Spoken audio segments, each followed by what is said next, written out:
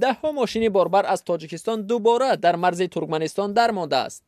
راننده های تاجیک با فرستادن نوار گفتند مقامات ترکمنستان روز 4 فوریه اجازه ندادند که به قلمرو این کشور وارد شوند. جانب تاجیکستان از مقامات ترکمنستان دلیل چنین رفتارشان را خواستند. شیرعلی گنجلزاده معاون وزیر نقلیات تاجیکستان روز 5 فوریه به رادیو آزادی گفت از مقامات ترکمنستان تا به حال جواب سوال خود را نگرفتند و معلوم نیست چرا این کشور به گذاشتن ماشین‌های بارکشی تاجیکستان اجازه نمی‌دهد. شیرعلی گنجلزاده اینچنین گفت صاحبان ماشین‌ها می توانند از دو راه آلترناتیوی دیگر استفاده کنند.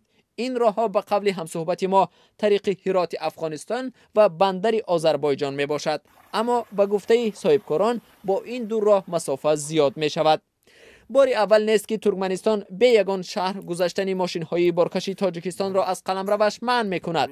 از جمله مقامات ترکمنستان از آخر ماه آگوست سال گذشته به ماشین‌های تاجیکستان اجازه نداد از قلمرو ایران وارد کشورشان شوند.